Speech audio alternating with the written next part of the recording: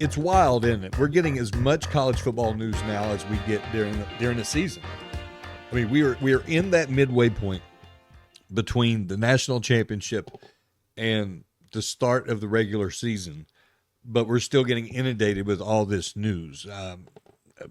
Revenue sharing deal, the distribution of the Big Ten, the massive amounts of money. I mean, the Big Ten giving up huge chunks of money to its membership, $1.37 billion, billion with a B as a record. Everybody's going to get around, not everybody. The middle of the pack, the usual suspects, they're going to get around $74, $76 million each. Upper performers, I guess that's one way to frame it. Ohio State going to get around $91 million. Newbies are getting $46 million. We're talking about Oregon. We're talking about Washington. And what it's doing is creating a $300 million gap between the Big Ten and the SEC. The Big Ten national championships in football currently holds the football title, the men's basketball title, the women's basketball title, and, oh, by the way, number one ranked team in America in baseball, UCLA. What does this money mean? Will they further distance themselves? What can the SEC do to react to this, to find new revenue streams, to lift itself back closer to the Big Ten, at least monetarily? But we can't think of it only as money. Don't think of it as $340 million gap dollars. Think of it as they put that money into facilities. You put it into coaching salaries. You put it into revenue share, NIL, whatever. You put it into coaching pools, paying for assistant coaches. You have to think of it as assets, not money. And it's all those things that's helping the Big Ten pull apart from the SEC, or at least the top of the Big Ten. The Big Ten is incredibly top heavy. We all know that.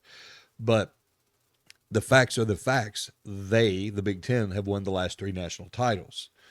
What does it mean? What can the SEC do to close that gap? That's one of the questions I asked Pat Smith, co-host of 3-Man Front on WJOX in Birmingham, the hub of SEC country, literally the home of the SEC headquarters. And I asked him, what can be done to close this gap? Is the SEC panicking?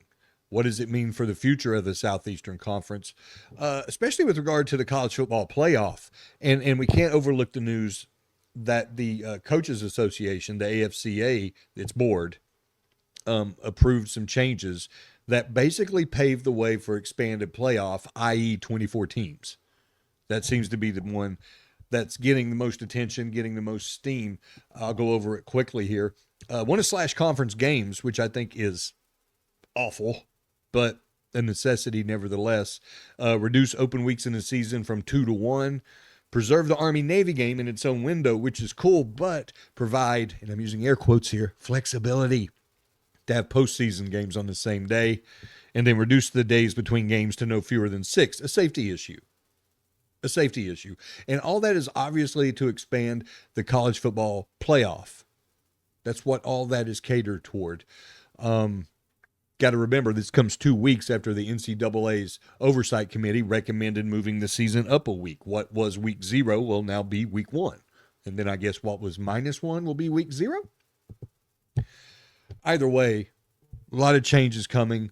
How will teams adapt? How will the SEC adapt? What's it mean for the postseason fortunes of the SEC going forward? Those are some of the things we discussed with Pat Smith. He's going to join us on the other side.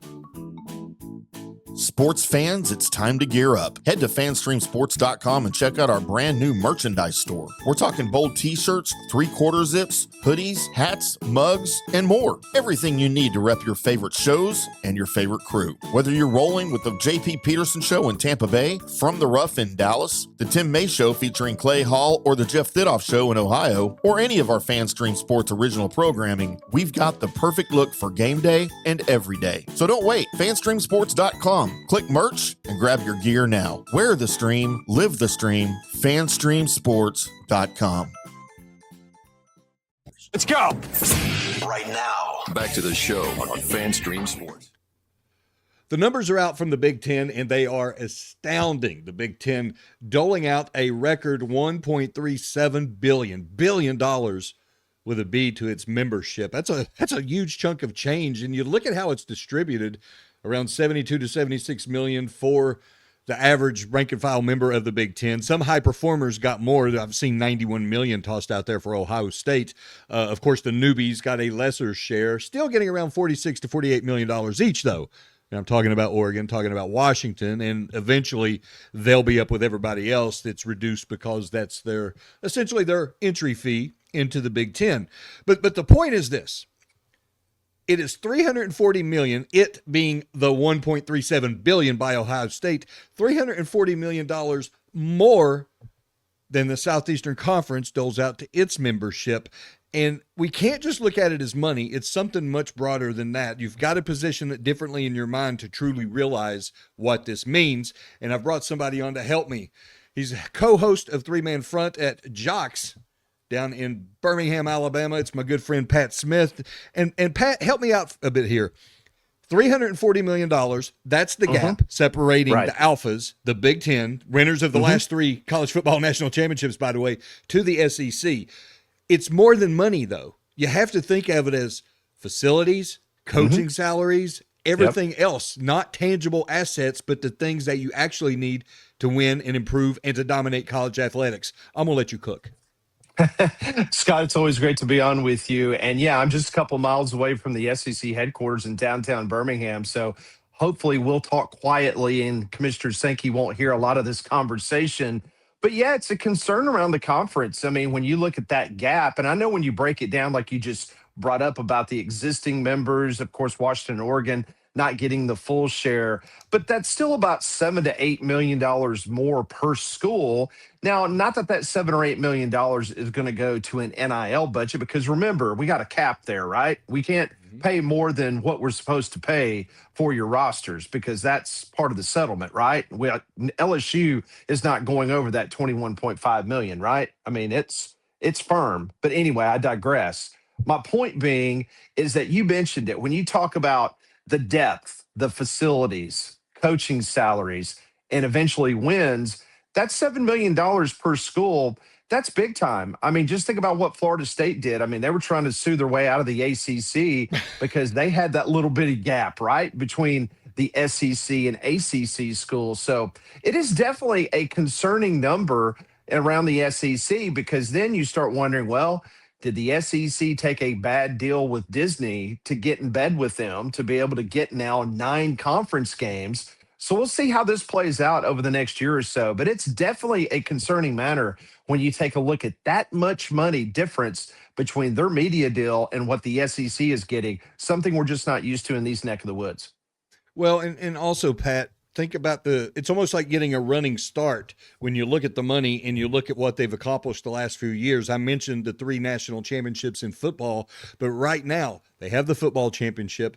They have the men's basketball championship. They have the women's basketball championship. They also have the number 1 ranked team in baseball. They could probably beat the Southeastern Conference at chess, checkers, rowing, crew, a debate club, spelling bee. I'm concerned. What is the SEC going to do to close this gap? Are they going to bring in the P word, private equity, or go the Big 12 route, private capital? Remember, there's a difference. Yeah, no, I don't see that happening, not in the SEC. I think what the SEC is going to tell everyone is that, listen, this is an opportunity now going to 9 conference games. The television ratings for the SEC has never been as strong as it is. So the eyeballs are still there. The advertisers are still there. Granted, Disney did not pay as much as Fox did for the whole broadcast to the Big Ten, but I see the SEC sitting back and letting this thing cook a little bit, because ESPN Disney is going to pay between $3 and $5 million per school in the conference for that additional 9th conference game. So I don't think the SEC is panicking. I definitely think the meetings in Destin are going to be very interesting, because keep this in mind, Scott, the coaches were sold a bill of goods. The athletic directors were sold a bill of goods. What kind of bill of goods were they sold? They were sold on the fact that if you guys agree to this 9 conference games that ESPN and Disney would like to pay us for, then you know what? There's going to be an expanded playoff. Well, the expanded playoff thought was going to be 16 teams or even more than that. Well, now you got Greg Sankey and Tony Petitti. These guys are like in the back of the room or the back of the school bus arguing over stuff, and nothing is getting done because one wants 16. That would be Greg Sankey. Petitti wants 24. And now you got the American Football Coaches Association this afternoon. They made the recommendation of going to 24 teams. So this thing is going to get a lot messier from that aspect. But from a dollars and cents side, I think the SEC, they're going to sit back. They know in the long run, their deal that they have and the television ratings, they are going to pay off ultimately. Joined by Pat Smith, WJOX in Birmingham. You can follow him on X at Pat Smith Radio. Pat, you mentioned the extra SEC game. There's now 9 games. Mm-hmm. You talk about conference or playoff expansion, rather, and that there's some angst, there's some ire amongst the coaching ranks of the Southeastern Conference. Yeah. Is part of it rooted also in the stipulation, the mandate that each school has to play at least one non-conference Power 4 opponent while the Big Ten doesn't, while it sits back, plays its conference schedule, and beats up on everybody else? Well, I mean, that's one area that some coaches are going to bring up. Well, let's just take Mike Elko, for example, at Texas A&M. He doesn't like the thing being expanded at all. I mean, he'd like to go back to 4 teams. He doesn't want to see it expand. But then you have guys like Kirby Smart. You have guys like Kalen DeBoer, where they've been a little bit more open in regards to, hey, they would like to see this thing expanded a little bit more than the 12 that we currently have. So, the SEC is just going to have to posture themselves, and they're going to have to come out of Destin, in my opinion, Scott, with some type of platform in which that main plank is, this is what we're going to do. I mean, we are hell-bent on this number, whether it's 16, whether he flexes a little bit and gets with Petiti, and maybe it's back to 24, whatever the case may be. They've got to come up with a decision by December 1st.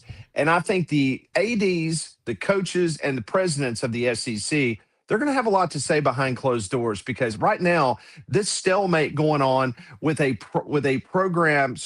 conference that is making $340 million now more a year, that is concerning enough to where, not saying that you have to cater to the Big Ten, because I don't think we should do that as a member of the SEC in this footprint, but it's definitely worth a conversation to have with Tony Petiti to see if there is some common ground.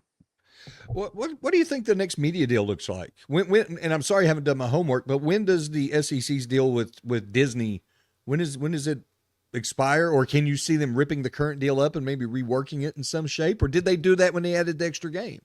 Yeah, there was a window in which ESPN and the SEC had an opportunity to kind of adjust some things, and the 9th conference game obviously was brought into the fold. Meanwhile, I believe the Big Ten is up in 2031. I think the SEC is maybe a year or two after that, to maybe 2033. So now there's going to be plenty of Disney and Mouseketeers going on in this conference for quite some time moving forward. But I also believe that with this college football playoff, as we know, ESPN owns it right now. They own the CFP. Well, Fox would like a bit of that. ESPN is already kind of selling off some of those early CFP games. Remember that it was on TNT and TBS, this last year or two. And now they're talking about maybe farming that out, maybe to a streamer. So there's a lot of things at play here in regards to ESPN and Disney. But for the SEC moving forward, I think that they just, like I said in the beginning of this interview, I think they're going to hold firm. I think that they're going to come up with a shiny new PowerPoint presentation that they gave to the media last year. Remember, they said, we need a strength of schedule, some type of data point, analytics for the college football playoff. They put this out in a PowerPoint, and lo and behold, before you know it, the CFP is adding that component to the ratings and, of course, the rankings we get every Tuesday night. So it'll be very interesting to see what comes out of Destin. That's the one that I'm paying the most attention to. It's what the blowback is from the coaches. The presidents are going to want more money. What can they do to enhance the ESPN Disney buy? Just a couple more minutes with Pat Smith, WJOX in Birmingham. Pat, my last point is this, and we've discussed it quite a bit here, expanding the college football playoff, the Football Coaches Association pushing for an expanded playoff. Mm-hmm. I wonder this. Is it simply because they want more opportunities to say they went to the playoff and thinking that'll provide more job security, when the harsh reality is, yeah, it's cool to be making a playoff, but you're still expected to make hay in the playoff? Do you think some of the coaches maybe lose sight of that? I think that's exactly why you're seeing a lot of guys say that they want more, because they're sitting there basically saying, okay, look, if we could say, remember back in the day, if you were a 20-win basketball team in the NCAA basketball tournament, that typically got you a ticket to the dance. And most coaches will be able to say, well, you can't fire me. I mean, I'm one of the 64 best teams. I mean, I punched my ticket. Well, now the college football playoff, that's what you're getting coaches to say. Because I could tell you, doing a show for 4 hours every single day in Birmingham, Alabama, Kalen DeBoer not making the college football playoff the last year and then coming back this last season and making the college football playoff, that really didn't mean a lot to the fan base. Yeah, he got a nice, shiny new contract extension. But I mean, they were going to have to buy him out for like 65 million. So they said, well, we'll just go ahead and give him a couple million more to stick around a couple more years. But no, that is not going to satisfy fan bases. We're going to have to get into the NFL mentality, Scott. And what I mean by that is that you're going to have to come to the realization in the Southeastern Conference that teams are going to go 9-3 and 8-4.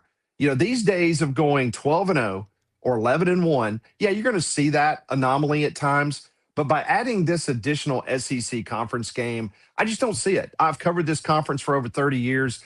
I've seen the gauntlet that it is each and every week in the conference. It's very difficult to run the table, run the gamut. And so with that being said, you got to have that NFL mentality like, you know what, I might lose to the Arizona Cardinals this week, but you know what? We still got a good football team. And as long as we can get a wild card and get into the big dance, we're going to be fine. Well, that's what SEC teams now are going to have to consider, which is if I'm good enough, get me in the CFP and hopefully I can make some noise. And unfortunately, though, the other part of that equation is, and they can't really do anything about it, is they're at the mercy of the selection committee, and what it prioritizes from one year to the next is a moving target. They reward wins, they penalize losses, they look at strength of schedule, they look at strength of victories, this, that, and the other. There's no consistent criteria from one year to the next. That's got to be absolutely maddening. No, it is. And I will tell you, I knew this was going to be a train wreck 2 seasons ago when they decided to expand it to 12. I happened to be one of the members of the media that I was fortunate enough to be on a Zoom call in which they kind of went through the whole process with us and they showed us, okay, this is what the expanded playoffs going to look like. And listen, General Clark, I have the utmost respect for him and his dedication to our country and his service to our country. But I will tell you, that first Zoom call with us in the media, it was a disaster. It was absolute train wreck. I mean, they didn't know what the right hand and the left hand was doing at the same time. They had all this analytics that they wanted to try to shove down our throat with a fire hose, and none of it made sense. And then when people like Mike Griffith asked a pertinent question about, okay, well, where's this strength of schedule numbers coming from? Well, you know what? Hold on a second. And they literally would put on hold and they would ask one of their lieutenants where it was coming from. And then they would come back and they said, well, that's proprietary information. We can't share that with you. And we're like going, well, hold on a second. You just said that there was going to be transparency and that you were going to tell us where this data is coming from, but they couldn't do. I mean, this is during the original Zoom call to explain the 12-team playoff. And we all walked out of there going, this is going to be a lot of fun for sports talk show hosts. It's going to be a nightmare for fans and coaches because one Tuesday night, you're going to get one story. Then the next Tuesday, you're going to get a different rankings and a completely different precedence. And by the whole, but you saw what happened in year one. And then the mess that year two was a little bit better, I thought, last year. But year one was just horrible. So I agree with you, Scott. It's all over the place. And there needs to be some form of a common denominator that we all can rally around. I'll leave us with this final thought. For all of its foibles, they get it right for basketball. Now they're screwing with it when they've already got it nailed down. Why can't the playoff emulate that? Yeah, you're right. And you know what? It's interesting because I am friends with Martin Newton. He is he's the athletics director at Sanford University here in Birmingham. He is also the chairperson for the next 2 years for the NCAA men's basketball selection committee. And I've had multiple conversations with Martin on our radio show about his role and about that committee. And of course, he takes the high road because he's such a great guy. But I have to ask him the question. I said, Martin, I don't understand. Like, why is it you guys, I know we like to debate who didn't get a bid and the teams that were on the fence, but it seems like you guys get this right every single year and you don't have all this drama that's leading up to Selection Sunday. And of course, he takes the high road and talks about how great everybody does. But I'm like you, Scott.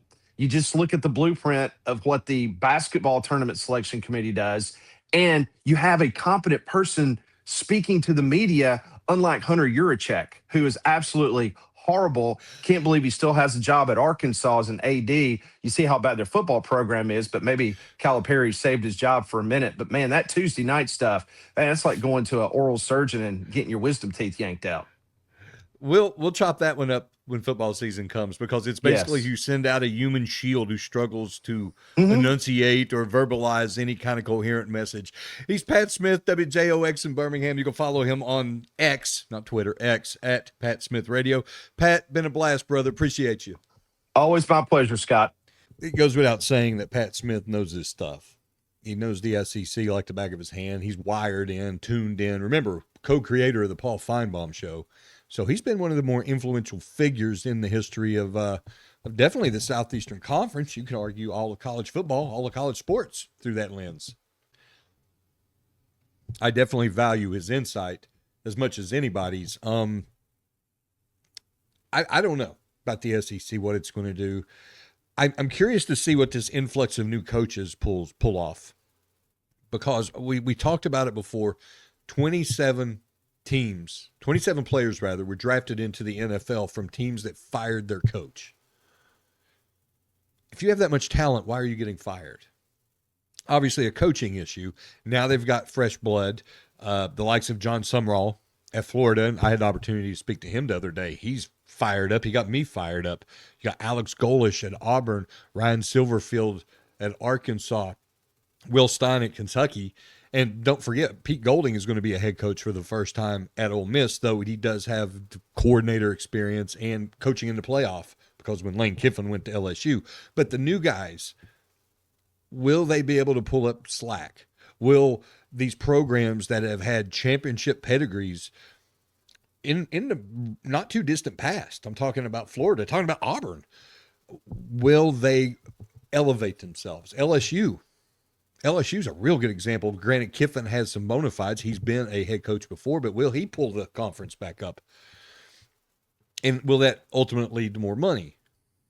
Got to find the money, man. It's all about the doughs. Jimmy's and Joe's and a lot of dough. You get what I'm saying?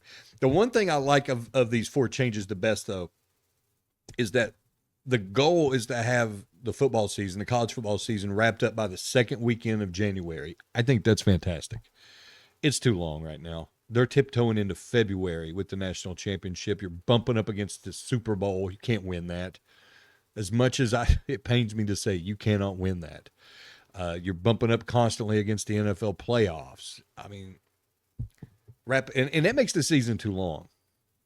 I know college football is the second most popular sport in this country, but even during the entirety of that season, if it goes on too long, you start losing attention, especially when it's running parallel to basketball. Basketball season goes on, starts in November, early October, or late October in some places. People's attention start to wane a little bit, especially as their teams drop out and they start going to their school our school's playing basketball. We're going to watch basketball now. So getting it wrapped up then, I think, is a fantastic idea. And I've mentioned it before. I would be all for pushing the start of basketball back, figuring out a way to launch it maybe around between Christmas and New Year's. Not so that it conflicts directly with the playoff, but have that window in between a couple of rounds where a basketball season would launch. And you really just litter it with those fantastic non-conference matchups. I know you're still going up against the NFL regular season, but I think you can make hay with that. You can make hay with the regular run-of-the-mill bowl games if they're not already wrapped up. And you would still have breathing room with the playoffs. Just my idea. Just my plan. But 24 teams seems to be the way to go. As Pat and I discussed, I just hope these coaches, the ones who are really pushing hard for this expanded playoff, realize this isn't an easy out. No. It's not just about getting in the playoff. It's about making hay in the playoffs. And we don't hear that enough. We don't hear coaches talk about winning championships. We hear about making the playoff. Okay, great. Now what? Got to win. You got to advance. Nobody says, well, we're here. Very few. I'm not going to say nobody.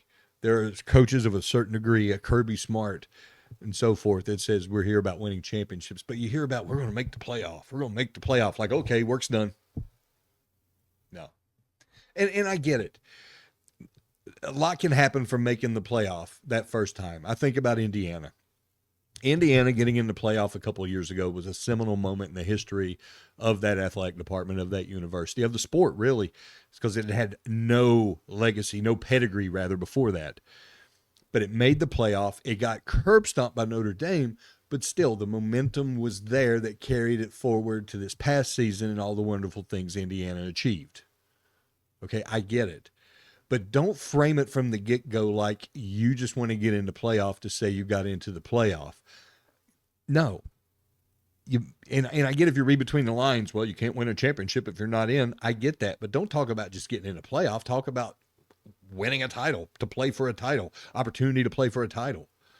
I just feel like the messaging is askew, and that needs to be polished, if not completely altered.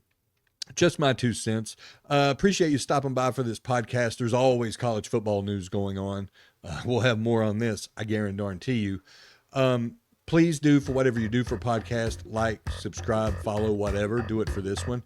Comments are below. Feel free to leave me a comment or hit me up directly on social media at Twitter, X, at Scott H Sports. DMs are open. Questions, comments, complaints, suggestions, whatever. Throw them at me. If there's a topic you would like me to discuss, I'm happy to give it a go. If there is a guest you would like me to bring on, I'll do my darndest to facilitate it. Otherwise, until next time,